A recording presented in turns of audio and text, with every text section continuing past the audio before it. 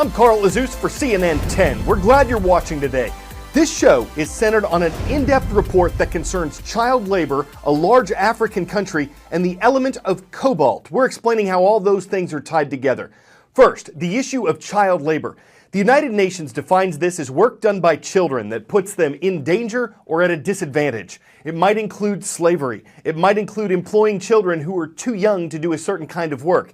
It requires them to work instead of going to school or in addition to it, and child labor is against international law. Despite that, a recent CNN investigation found that child labor is used in mining cobalt. This was uncovered in the Democratic Republic of Congo, the DRC. The Central African nation is the second largest country on the continent.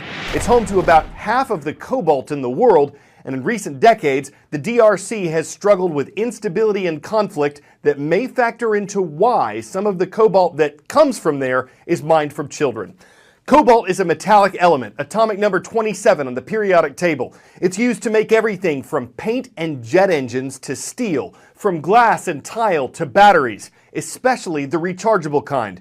It's not just electric cars that utilize significant amounts of cobalt, though car makers including Daimler, BMW, and Volkswagen are all saying they're taking steps to ensure their electric vehicles don't use cobalt that's mined by children.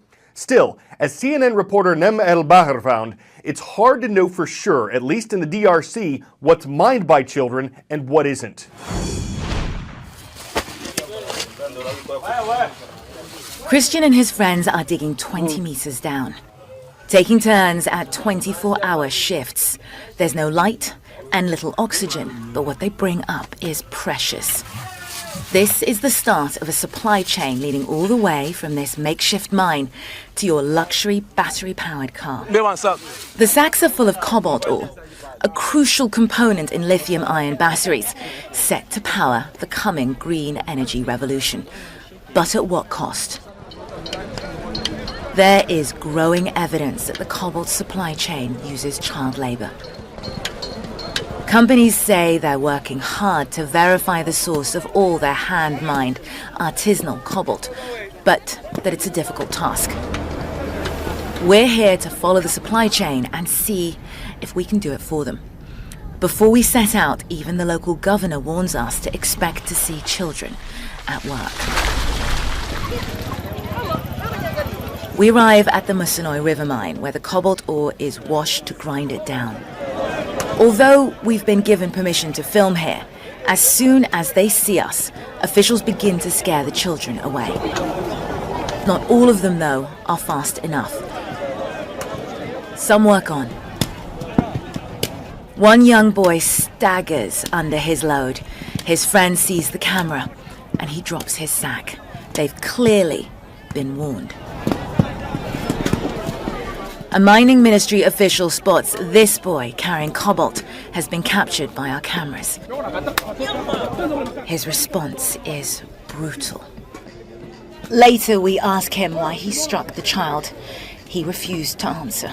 We've now witnessed for ourselves that children are working here, that they are involved with the production of cobalt, and we've seen the products of that child labor loaded onto a variety of different vehicles. I'm going to jump into this car that's headed to one of the main public selling cobalt depots. I'm told we're going to Kabasa Market. This is where the cobalt is bought by brokers. It's where it first enters the supply chain. The car company Tesla, for one, says its cobalt sources are audited and issued with certificates of origin. They wouldn't say from where or how, but there is no sign of certification here. We watch the brokers set the price, and none of them ask where the cobalt is from or how it was mined. Artisanal mining output tripled, and the fear is even more children are being pressed into labor. Why? Because cobalt is skyrocketing in price. Supplying your green electric car comes at a cost. We have permission to film here, but local mining officials once more try to stop us. Our producer captures the scene on a hidden camera. The government says it's working to combat child labor, but the same mining ministry officials tasked with enforcing an ethical supply chain have been the ones attempting to block our investigations. A police officer arrives and we're told we need to leave for our own safety. We do. But not before we spot a red truck loaded up and leaving the very same market. It matches the distinctive red of the trucks used by one of the main international cobalt supply firms, China's Congo Dongfang Mining, CDM. We decide to follow it. We can't afford to lose him because where he delivers that cobalt load, that is the link between the children that you saw down there on the riverfront and the global markets. As the truck pulls into its final destination, guards rush out to block our cameras. Stop. Let's go. We later receive a warning phone call. This facility is under the protection of the Presidential Guard. We're told to stay away. What's going on? That appeared to be a CDM truck, but this isn't a CDM facility. Tax records show it was declared non-operational 3 years ago. Rising smoke and export records show cobalt is still produced here. CDM's parent company, Huayu, tells CNN they did have a relationship with the facility, which ended only last year. They're disturbed enough to launch an investigation into our findings, although they state other companies also use red trucks. CNN visited 3 sites to show how widespread the use of child labor is.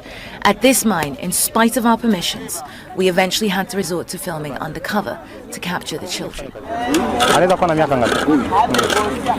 9 years. We couldn't prove where exactly the dirty cobalt enters the international supply chain, but we witnessed that it does. Mercedes-Benz, Tesla, Fiat Chrysler, among others, say they have a zero-tolerance policy for the use of child labor, but they acknowledge they are unable to fully map their supply chain due to its complex nature. Car makers simply cannot promise consumers their products are 100% child labor free. This is the artisanal mining cooperative called Kasulu. It's run by the main international supplier, CDM. Rows and rows of red trucks like the one we followed await pickup here. Access and entry are controlled to block the presence of children, and certificates of origin, CDM say, are dispensed in controlled circumstances. This is what the big brand names who source their cobalt from Congo believe governs their supply. But this is the exception, not the norm. The cobalt from Kasulu accounts for less than a quarter of the country's artisanal cobalt export. Here, the Ministry of Mining has to countersign for the certificate of origin to be considered valid. So, the very same entity whose officials CNN found complicit in hiding the presence of child labor at the artisanal mines we visited is responsible for certifying the cobalt here is child labor free. After 10 days in Congo, our contacts advise us to leave for our own safety. But what have we learned? At the main markets, nobody asks where the cobalt for sale is mined or how. We followed a truck to an operation that is pumping dirty cobalt into the international supply chain under the aegis of the Congolese Presidential Guard. We witnessed mining ministry officials harassing children to hide them from our cameras, while others blocked our filming.